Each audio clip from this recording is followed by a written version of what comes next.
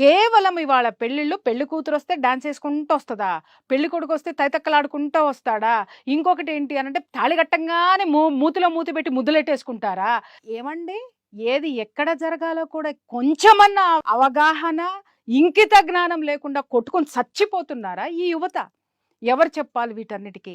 పెద్దవాళ్ళు ఏం చేసేస్తున్నారు? వాళ్ళు కూడా చప్పట్లు కొట్టుకొని ఎర్రి ముఖాలల్లే వేసుకొని కూర్చొని, నిజంగా చెప్తున్నాను, వివాహం అనేటటువంటి తంతుని, ఆ బంధాన్ని ఇవాళ నవ్వుల పాలు చేసి రోడ్డు మీద పడేసి ఒక సినిమా షూట్ మాదిరి పెళ్లిళ్ళు జరుగుతున్నాయి తప్ప ఒక బంధాన్ని, ఇది రెండు కుటుంబాలు కలిసి ఒక బంధాన్ని ఏర్పరచుకుని ఆ బంధం ద్వారా ఇద్దరు మనుషులు ఒకటయ్యి వాళ్ళు ఒక కొత్త జీవితంలోకి వెళ్తున్నారు. వాళ్ళకంటూ ఒక కుటుంబాన్ని ఏర్పరచుకోవడానికి, ఒక బంధాన్ని ఏర్పరచుకుని ముందుకు సాగుతున్నారు అనేటువంటి ఆలోచనల పేరులో ప్రీ వెడ్డింగ్ షూట్లు వేయి విధాలుగా అన్నట్టుగా ఇది వెర్రి కాబట్టి బురద గుంటల్లో ఏంటమ్మా? ఆ బురద గుంటల్లో దూరతారా, లేకపోతే ఇంకెక్కడన్నా దూరతారా? ఒకళ్ళ నోట్లో సిగరెట్లు ఒకళ్ళ నోట్లో ఊదుకుంటారా? వికారాలు కాకపోతే ఏమన్నా ఆకారాలా? చెప్పండి, ఏమన్నా అలంకారాలా?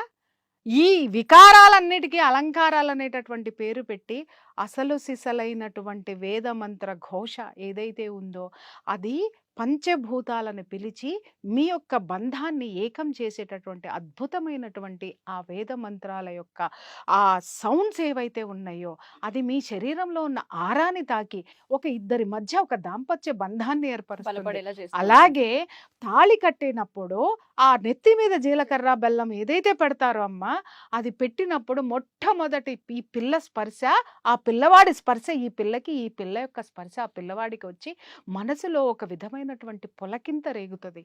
ఆ పులకింతే ఆ యొక్క ఆరాస్ కలుస్తాయి. అది కలిసి ఒకరినొకరు తాకటం మొదలు పెడతాయి అన్నమాట. ఆ తర్వాత తాళి కట్టేటప్పుడు వరుడికి ఉండేటటువంటి గర్వం ఏదైతే ఉంటుందో, అరే ఈమెని నేను నా భార్యగా చేసుకుంటున్నాను, ఈ రోజు నుంచి నేను ఒక పురుషుడిగా నేను మారుతున్నాను అని చెప్పేసి ఒక గర్వం ఏదైతే ఉంటుందో, ఒక బాధ్యతను తీసుకునేటటువంటి తత్వాన్ని కూడా ఇస్తుంది.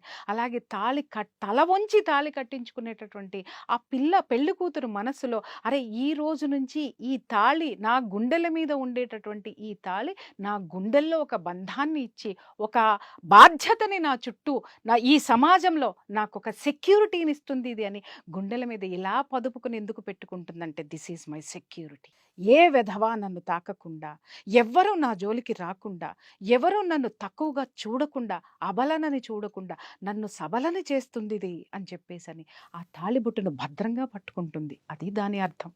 అలాగే ధర్మేచ అర్థేచ కామేచ మోక్షేచ నాతిచరామి, ధర్మార్థ కామ మోక్షాల్లో కూడాను నేను ఆచరించేటటువంటి ధర్మంలో నిన్ను వదిలిపెట్టను, కామంలో అంటే నీకు ఏ విధమైనటువంటి నీ కోరికలు తీర్చడంలోనూ నేను సహకరిస్తాను.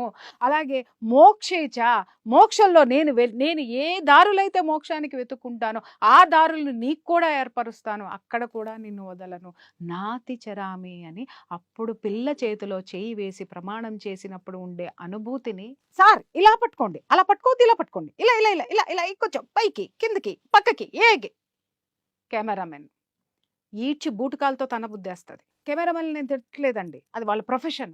ఎవరిని బూటకాలతో తన బుద్ధేస్తుంది అనంటే క్రతువును మర్చిపోయి దీన్ని ఎంకరేజ్ చేసే వాళ్ళు ఉన్నారు చూసావమ్మా. ఇవాళ బ్రాహ్మణులు కూడా ఎంత వాపోతున్నారంటే వాళ్ళని పట్టించుకోకుండా ఎంతమంది పురోహితులు నా దగ్గర బాధపడి ఉంటారో. అమ్మా, ఎక్కడన్నా మీరు చెప్తే మనుషులు వింటారు, చెప్పండి అమ్మా, కనీసం ఆ వేద మంత్రాలకి అర్థాలు మేము చెబుదామన్నా కూడా వాళ్ళు ఎంతసేపు అక్కడ కెమెరామెన్ల యొక్క డైరెక్షన్ నడుస్తుంది, ఆ కెమెరాలు ఎలా దిగాలి అనేటటువంటి దాని మీద ఈ పెళ్లి కూతురు పెళ్లి కొడుకులు ఉంటున్నారు. తాళి కట్టిన తర్వాత ఒక అందమైనటువంటి ఒక గిలిగింత మనసులో కలిగినప్పుడు ఆ అనుభూతిని పంచుకోవటం మానేసి అదే దాని మీద ఒకడికొకడు ముద్దులు పెట్టేసుకోవడం వరకు ఇవాళ వెళ్ళిపోయింది. అంటే తల్లి మూసి పెడితేనే ఏదైనా అందంగా ఉంటుంది. అర్థమైందా? అమ్మ నీకు ఏదైనా దాచిపెట్టి ఇస్తే అది అద్భుతంగా ఉంటుంది.